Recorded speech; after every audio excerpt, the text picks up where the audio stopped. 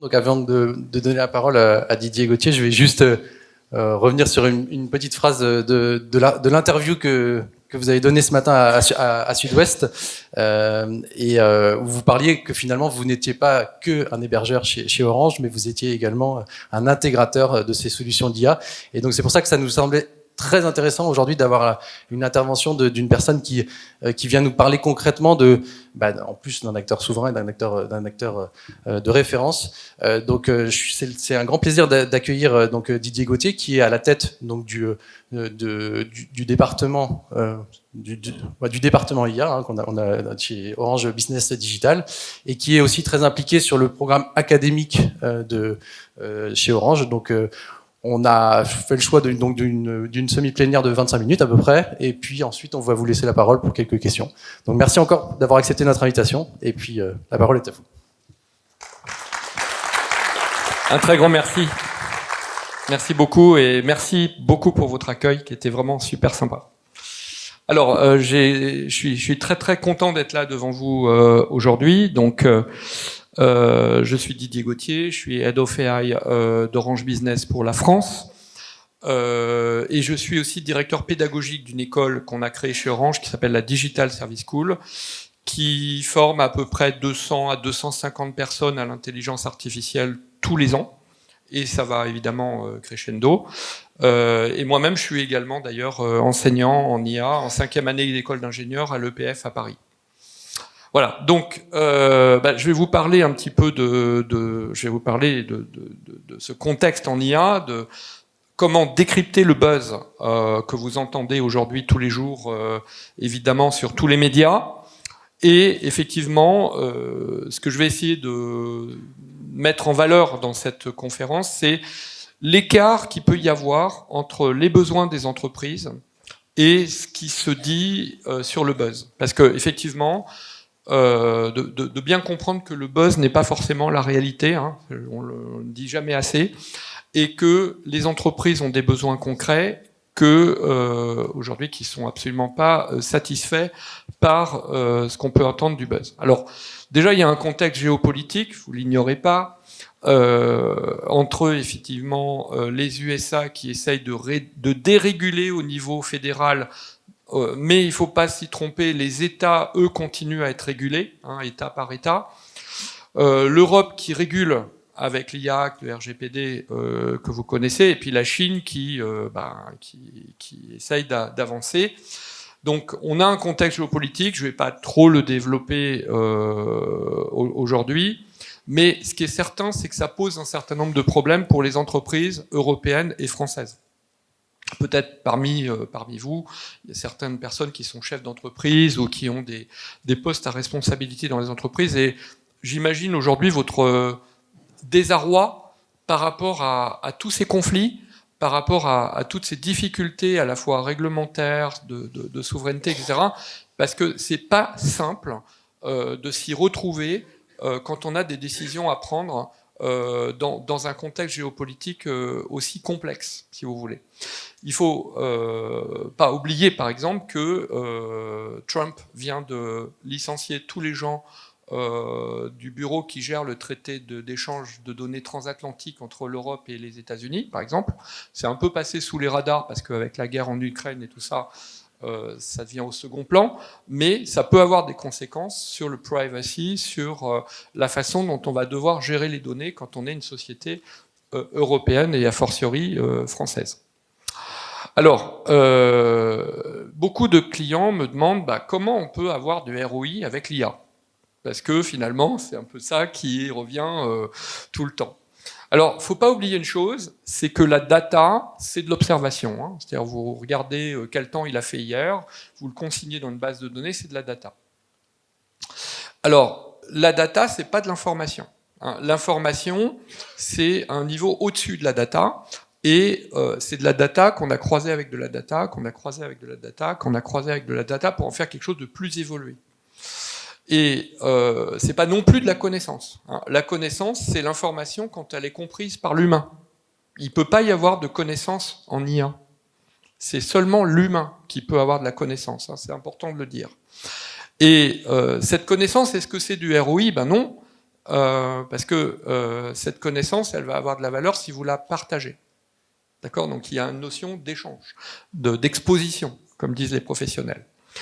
Et est-ce que ça suffit à faire du ROI ? Ben non, parce que vous savez comme moi que quand vous mettez un projet d'IA dans les mains d'un client, s'il l'utilise pas, ça va pas faire de ROI. Donc il y a une notion d'utilisation qui est indispensable. Donc pour aller de la data au ROI, il faut passer toute cette chaîne-là. D'accord ? Donc ça c'est important parce que on fait souvent le raccourci de dire bah, je vais monétiser ma data. Bah non, la data c'est du carburant mais c'est pas de la monnaie. Hein. D'ailleurs, pour faire une analogie, dans votre voiture, vous mettez pas du pétrole brut, vous mettez de l'essence qui est raffinée. Bah, avec l'IA c'est pareil, on met pas de la data brute dans l'IA, ça marche pas. Alors, on est passé dans les années 70-80 d'un état où on était le data chaos à maintenant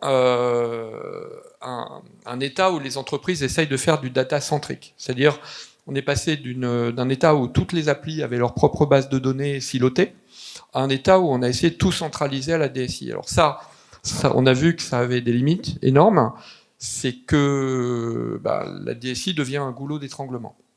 Donc, est né depuis maintenant quelques années le concept de data mesh, qui permet à la DSI de fournir un support centralisé des données, mais n'en a pas la responsabilité. La responsabilité de la donnée est dans les métiers qui produisent cette donnée, parce que c'est eux qui connaissent finalement mieux leurs données, et c'est une gestion de la donnée qui est fédérée, qui n'est plus totalement centralisée. Donc ça, c'est évidemment l'avenir. Et avec cette donnée, on va faire de l'IA. Alors, l'IA, aujourd'hui, on trouve des définitions totalement incorrectes de l'IA. Et je crois même que dans le Petit Larousse, il y a encore la définition qui date de 1957 de McCarthy de l'époque. Donc, la bonne définition, je vous la mets ici. Hein. C'est discipline consacrée à la construction d'agents logiciels matériels qui interagissent avec l'environnement, peuvent apprendre à partir des données pour réaliser des fonctions et, chose très importante, dans un environnement déterminé et avec un certain degré d'autonomie. Donc on voit tout de suite, ça c'est une définition orange hein, de l'IA. C'est une définition intéressante, elle a été partiellement reprise par la Commission européenne pour l'IA Act. Mais ce qui est intéressant, c'est la fin. C'est-à-dire, c'est dans un environnement déterminé et avec un certain degré d'autonomie. C'est-à-dire que vous ne pouvez pas prendre une IA et puis la mettre dans un autre environnement et espérer qu'elle va marcher du premier coup comme ça. On se retrouve avec deux types d'IA. L'IA traditionnelle, que tout le monde connaît, qui traite des données tabulaires, et l'IA générative, qui ne fait pas que de générer, elle fait aussi de l'analyse de documents. Et en entrée de l'IA générative, vous allez mettre de la donnée non structurée, contrairement à l'IA traditionnelle. Et cette IA générative va être capable d'analyser des données et va être capable de rendre interactive cette information. Alors aujourd'hui, je ne vais pas paraphraser ma collègue Davisia, mais effectivement, 70% des décideurs considèrent que l'IA générative a plus de bénéfices que de risques, mais ça ne veut pas dire qu'il n'y a pas de risque. Donc, il y a énormément de cas d'usage. Alors évidemment, j'ai un temps un petit peu court, donc je ne vais pas pouvoir vous expliquer tous les cas d'usage, mais je vais vous en prendre un qu'on a réalisé pour un client, par exemple, pour un énergéticien qui fait des interventions sur les chauffages et les climatisations. En fait, les clients reçoivent des demandes d'intervention, enfin donnent des demandes d'intervention à ce client, et il fait intervenir des techniciens pour réparer, pour faire de la maintenance sur les équipements thermiques. Et parfois, il y a 2-3 interventions nécessaires pour réparer complètement une installation, ou une mise aux normes, par exemple. Et vous savez, les techniciens, leur force, c'est pas de faire de la rédaction. Hein. Ils sont techniciens, donc ils ont une tablette de type iPad, ils donnent l'état initial avant l'intervention, ils décrivent ce qu'ils ont fait dans une application iPad, et après, ils donnent le résultat. Ça va dans une base de données. Et nous, ce qu'on a fait, c'est qu'on a fait une IA générative, on a construit une IA générative qui est capable de prendre en compte toutes les interventions qui ont été faites sur un même site et d'en faire un compte-rendu qui est complètement compréhensible pour le client final. Et donc, du coup, le client final se retrouve avec un courrier qui est généré par l'IA générative, qui reprend toutes les interventions du technicien. Alors ça, c'est un exemple, mais vous avez plein d'autres exemples. Par exemple, un service juridique peut utiliser l'IA générative pour vérifier qu'un contrat est bien aux normes. Par exemple, est-ce que le contrat, il répond aux standards corporate, par exemple, de ce qu'on attend d'un contrat? Ou est-ce qu'il y a des clauses inacceptables dedans, par exemple? Le marketing va générer des fiches produits grâce à l'IA générative, va pouvoir même générer des campagnes avec l'IA générative. Et puis, les RH vont pouvoir générer des fiches de poste, par exemple, avec l'IA générative.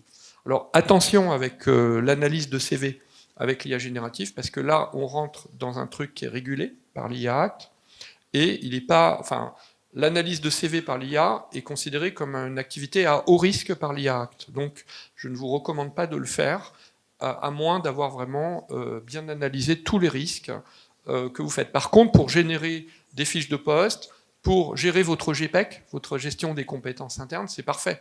Vous allez pouvoir mettre tous vos CV de vos collabs dans une IA et l'IA va pouvoir vous faire une analyse complète des compétences que vous avez chez vous. Est-ce que vous avez des trous dans la raquette? Est-ce qu'il y a des compétences manquantes? Et même, est-ce qu'il y a des CV qui peuvent être améliorés, par exemple? Donc vous voyez, les cas d'usage sont absolument infinis. Et ma collègue Davisia a totalement raison de dire que c'est une petite révolution et que ça va changer fortement les métiers. Alors, évidemment, ça va toucher énormément de métiers et on va aller dans 3 directions. On va aller vers l'automatisation, effectivement, d'un certain nombre de sujets. On va aller aussi vers une assistance pour traiter des documents longs. Ça peut être assez pénible des fois de lire un document de 500 pages et l'IA peut vous permettre de prendre connaissance de ce document en quelques minutes. Et on va aller évidemment vers des chatbots, de très nombreux exemples de chatbots, on en a déjà réalisé beaucoup, que ce soit des chatbots pour la DSI par exemple, pour aider à l'assistance technique, que ce soit des chatbots pour les citoyens. On a travaillé avec de nombreuses mairies ou de nombreuses régions pour mettre à disposition des chatbots citoyens. Et puis également, on va aller de plus en plus vers des chatbots pour les clients qui vont être intelligents.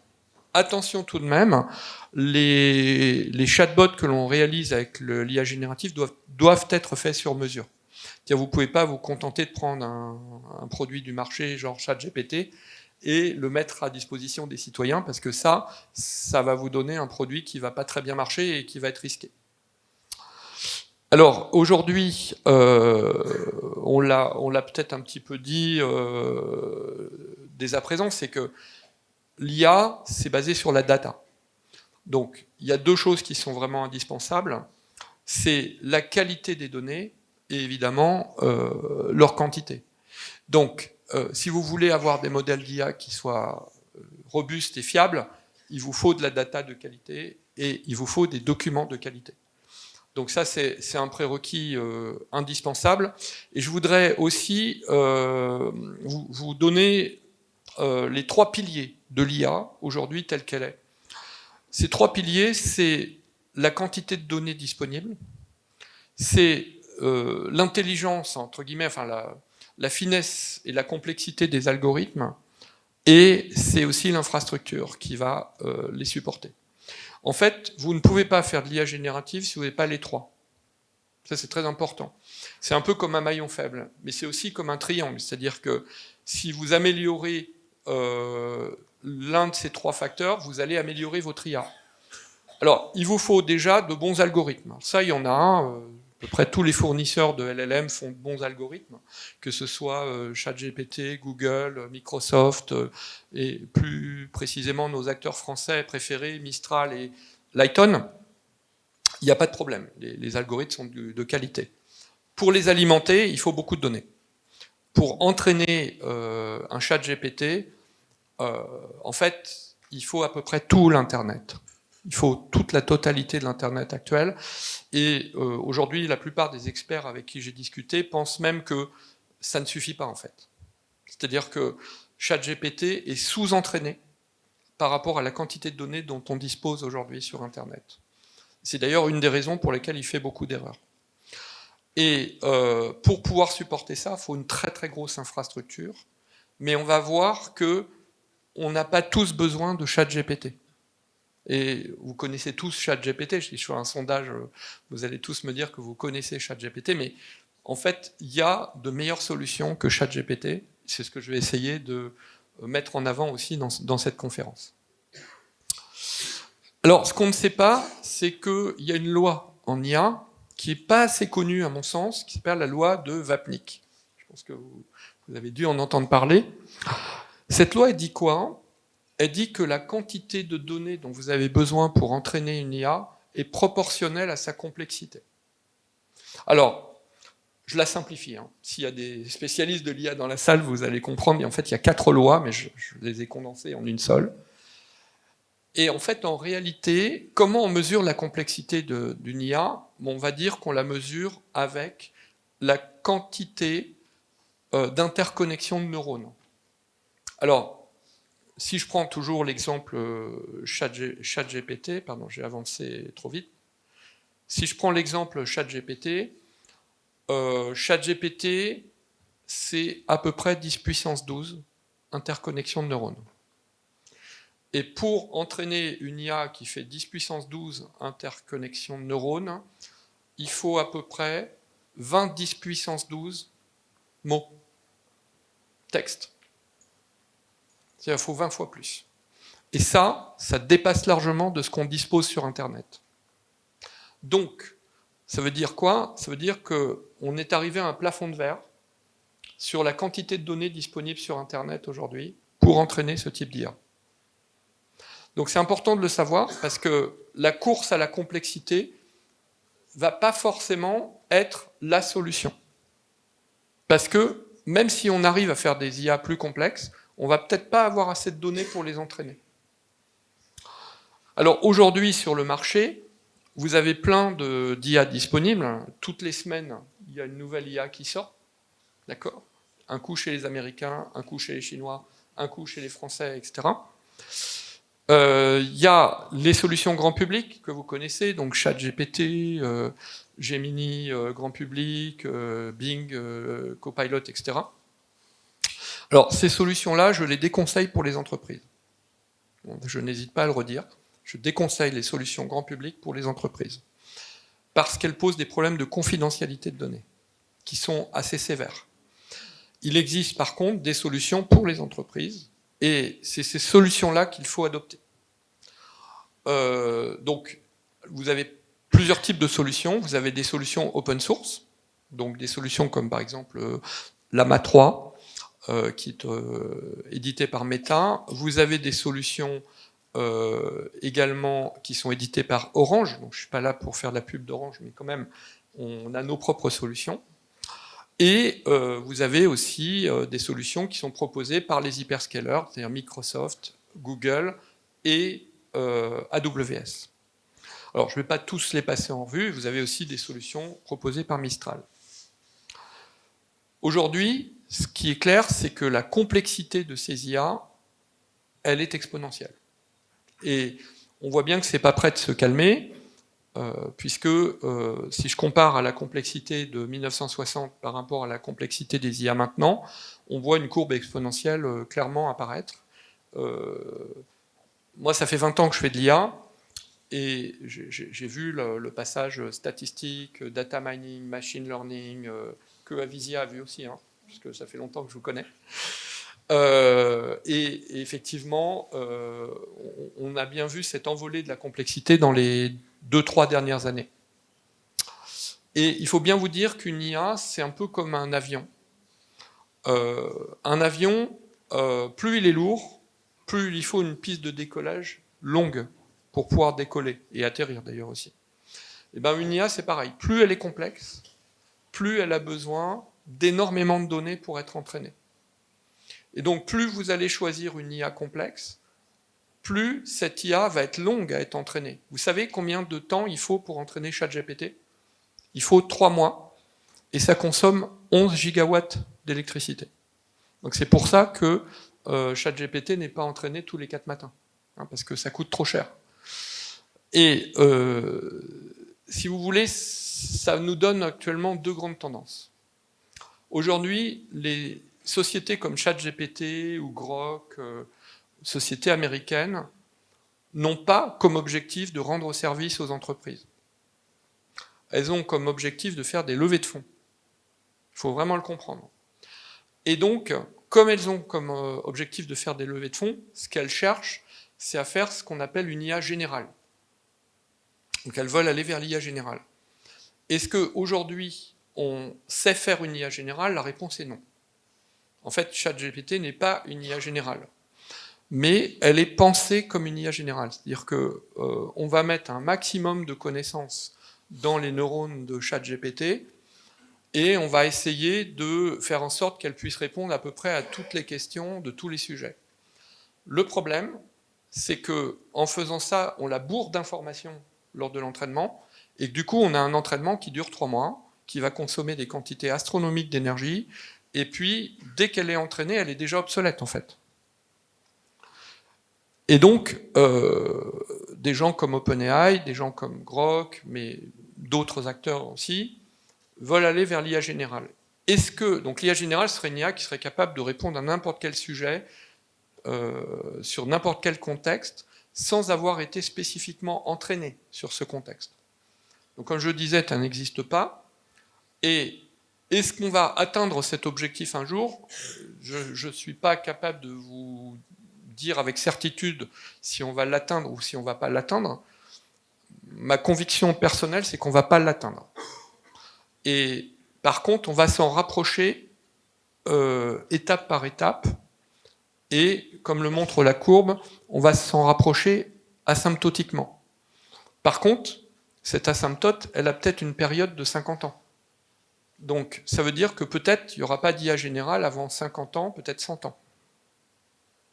Donc vous entendrez sûrement des sociétés dire qu'on a atteint l'IA générale cette année, parce que le buzz marketing étant ce qu'il est, je ne me fais pas d'illusions sur le fait que des acteurs vont le clamer haut et fort, mais ce ne sera pas forcément la vérité.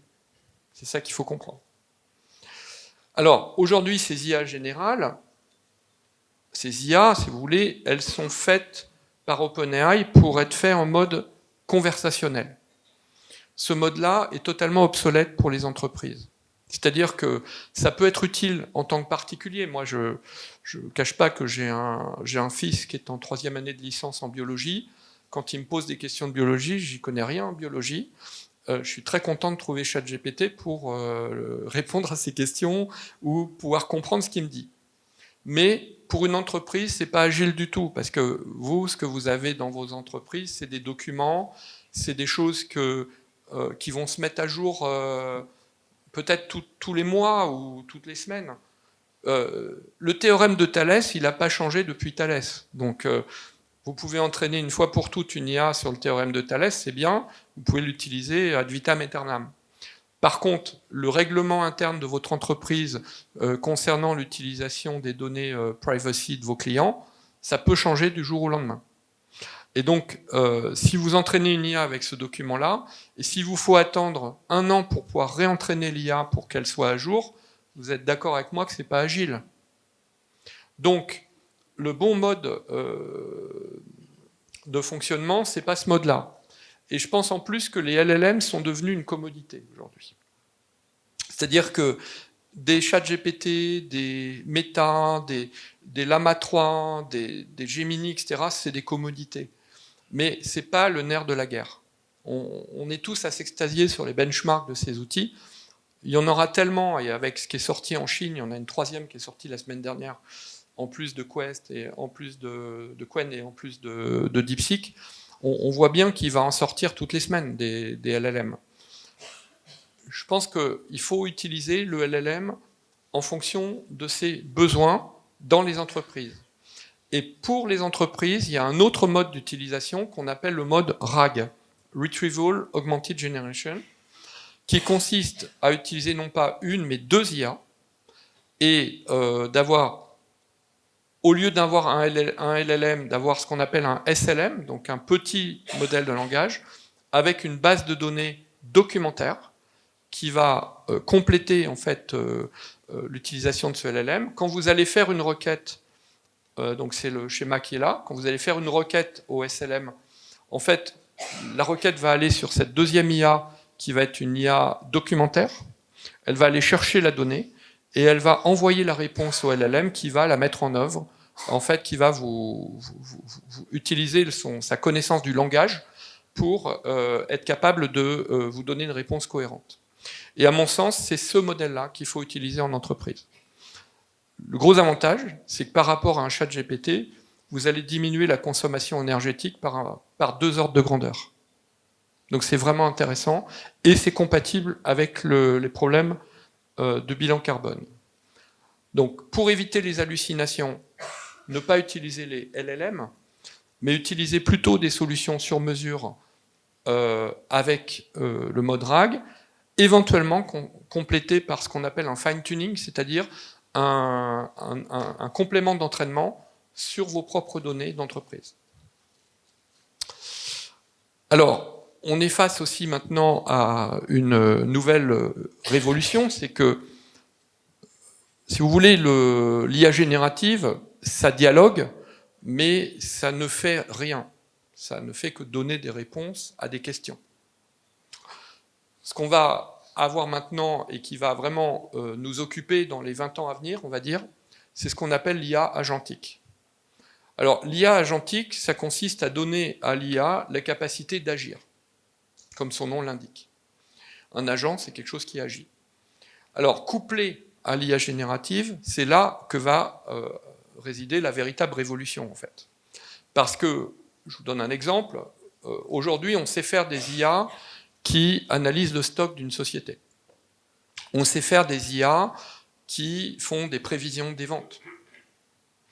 Et en couplant, en transformant ces IA en agents, en fait, on peut avoir une IA qui va analyser votre forecast des ventes, qui va analyser votre stock, qui va faire la prévision de comment votre stock va évoluer en fonction des ventes, et qui va pouvoir vous proposer de passer les commandes qui vont bien au moment où il faut, compte tenu du délai de supply chain que vous pouvez avoir.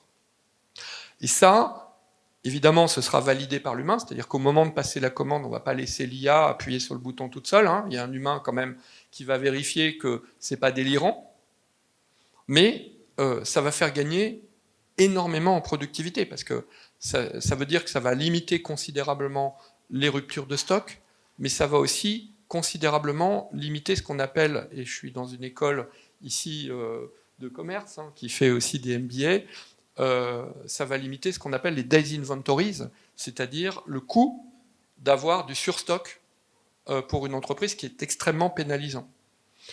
Donc ça va faire du flux tendu, mais du flux tendu bien géré, si vous voulez. Donc ça, c'est un exemple d'utilisation de l'IA agentique, qui évidemment va utiliser l'IA générative pour analyser les documents rentrants, comme par exemple des commandes ou des marchés, etc., mais qui va aussi pouvoir agir directement sur les paramètres concrets de l'entreprise.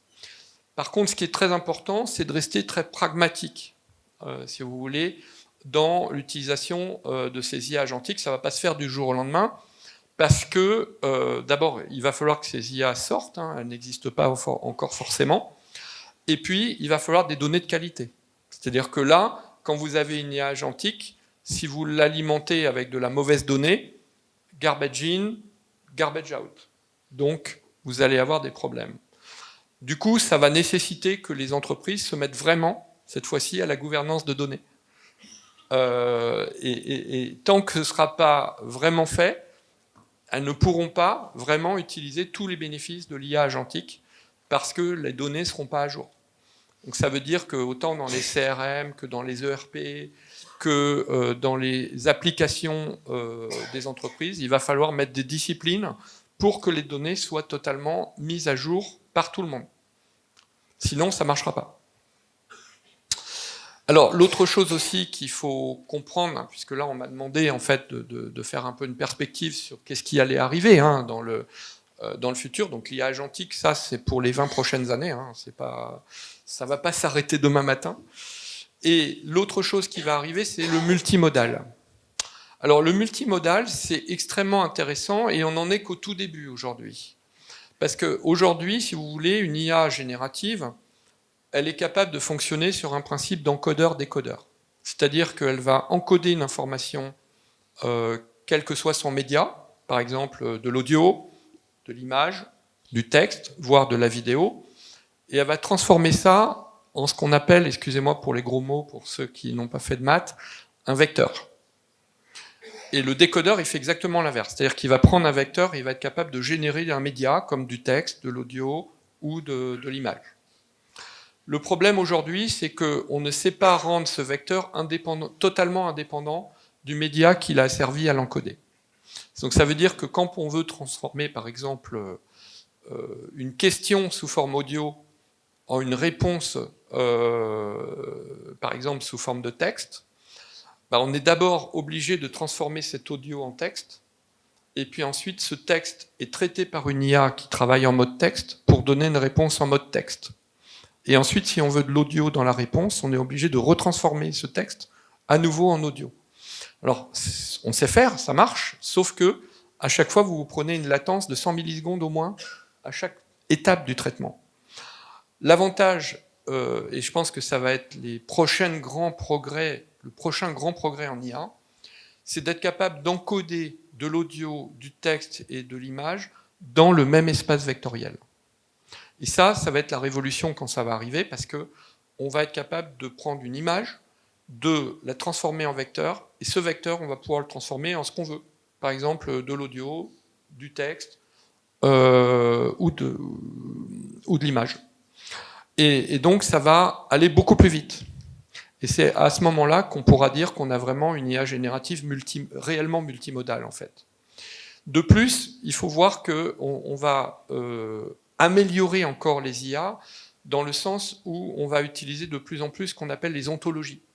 C'est-à-dire être capable, quand on a une base documentaire, par exemple, de préanalyser cette base documentaire pour voir tous les liens qu'il y a entre les documents, via une IA, bien sûr, et l'IA pourra prendre en compte ces liens, c'est-à-dire que parfois vous pourrez poser une question à l'IA, et vous aurez des suggestions qui vont vous être proposées par l'IA auxquelles vous n'aurez même pas pensé. Donc ça, c'est très intéressant, et c'est ce qui va aussi être un des grands axes de progression pour les années à venir. Alors, je ne pouvais pas terminer cette conférence sans vous parler quand même de sécurité et d'éthique, parce que effectivement, j'ai encore 2 slides. Effectivement, on voit bien qu'il y a des défis éthiques qui sont énormes par rapport à l'IA, déjà rien que par rapport aux droits d'auteur et la propriété intellectuelle, par rapport au manque de transparence qu'on peut avoir dans le fonctionnement des IA, et puis évidemment l'utilisation malveillante possible de ces IA. Donc évidemment c'est des éléments importants. Nous, on le prend en compte chez Orange, ça fait partie de notre policy lorsqu'on fait un projet pour un client, de prendre en compte ces éléments. Et je voudrais effectivement conclure cette conférence en disant que c'est un petit peu l'objet de l'article de Sud-Ouest, c'est que l'IA, c'est avant tout une aventure humaine. C'est-à-dire que penser l'IA comme de la techno, c'est vraiment voir par le petit bout de la lorgnette, si je puis dire. Puisque qu'est-ce qui va être important? Ce sont les usages. Qu'est-ce qu'on fait avec l'IA? La culture, est-ce que ça s'insère dans une culture d'entreprise? Quelle est la gouvernance? Et on en a parlé, gouvernance des données et gouvernance de l'IA. Et puis, bien entendu, quelle confiance on va mettre dans ces outils. Pour bien réussir son projet d'IA, il faut commencer par acculturer. Et commencer, si possible, par acculturer les dirigeants d'entreprise, faire des idéations, c'est-à-dire faire des ateliers pour trouver les cas d'usage qui sont réellement bénéfiques. Enfin, aujourd'hui, il y a des cas d'usage en IA, on se demande pourquoi ils sont là, quoi. Je veux dire, on ne met pas de l'IA pour le plaisir de mettre de l'IA. Ensuite, expérimenter, ça beaucoup de sociétés ont commencé à le faire. mais surtout ensuite industrialiser, et pour ça, il faut de la méthode. Nous avons chez Orange développé des méthodes d'industrialisation d'IA, et c'est en appliquant ces méthodes qu'on a des résultats. Voilà, je suis arrivé à la fin de ma présentation. Je ne sais pas si on peut prendre quelques questions ou pas.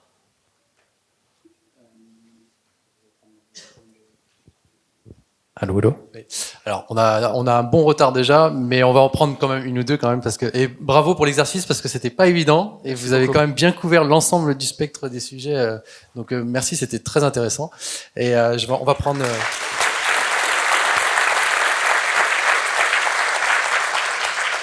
On va prendre 2 questions si ça vous va. Très bien.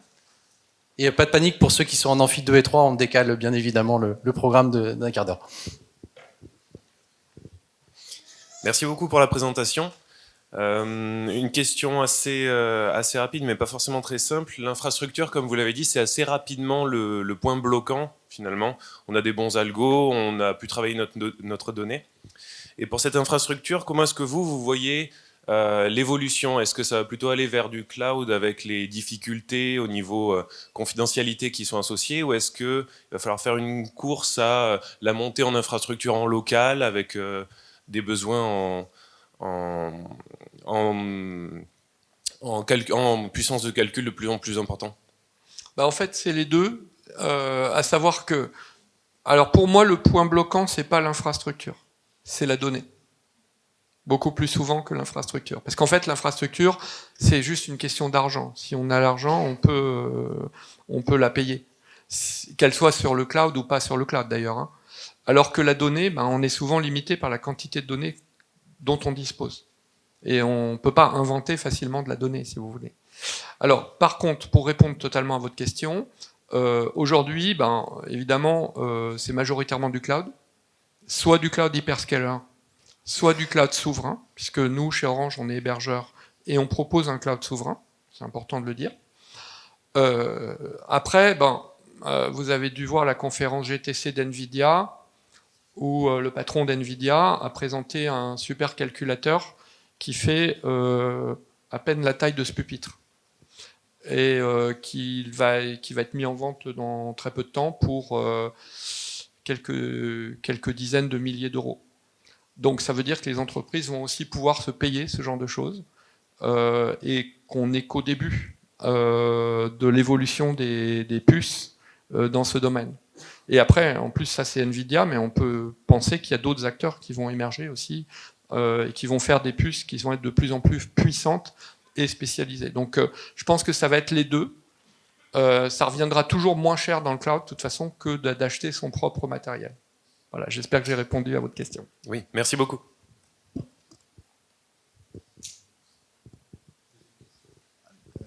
Une question que je me pose, vous avez parlé de propriété industrielle avec la question certainement du droit d'auteur des éléments qui sont récupérés pour l'entraînement d'IA, mais je me pose la question inverse, comment vous protégez tous les investissements que vous faites en termes de propriété industrielle? Est-ce que vous avez réfléchi à la protection du droit sui generis des bases de données pour les données d'apprentissage?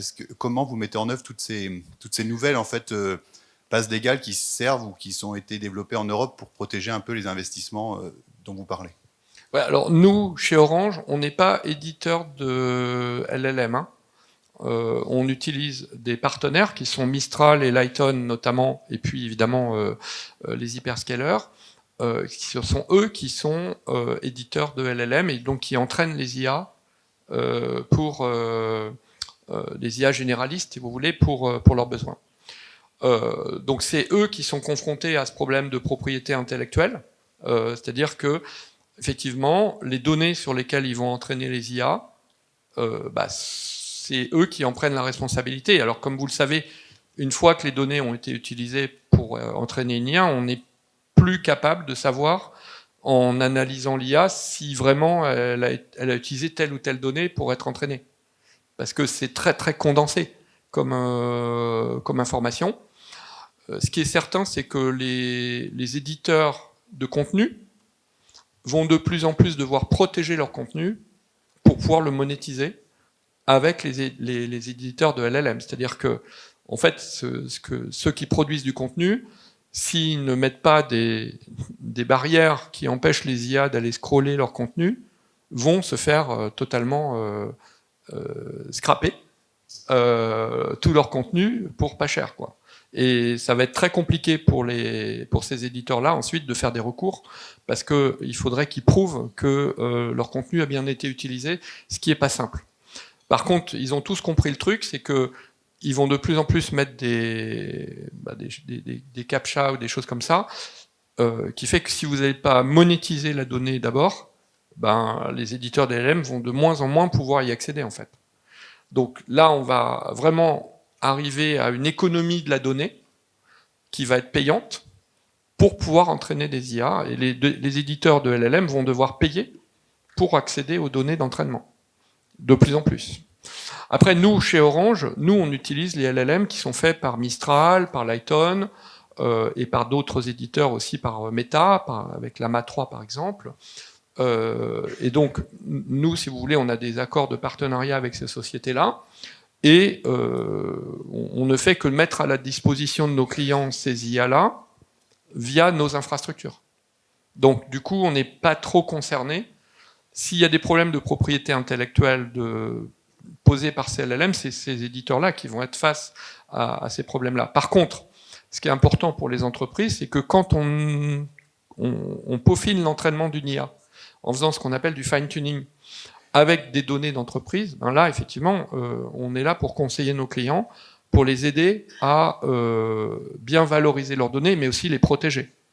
Parce qu'effectivement, dans ce cas-là, c'est quand vous réentraînez une IA avec des données d'entreprise, forcément, cette IA, c'est plus la même que celle qui a été fournie par l'éditeur au départ. Et donc là, il faut la maintenir, etc. Et donc, effectivement, il faut aussi faire en sorte qu'il ne puisse pas y avoir de fuite. Et ça, c'est tout un problème de cybersécurité qui est assuré par notre branche qui s'appelle Orange Cyberdéfense, pour empêcher qu'il y ait des fuites de données sur les données qu'utilisent nos clients pour entraîner les IA qu'on met à leur disposition. Voilà, j'espère avoir répondu. J'espère que ça vous convient. On va enchaîner, je suis désolé, on va clôturer. Merci encore beaucoup. Merci beaucoup. Et on peut l'applaudir encore, merci.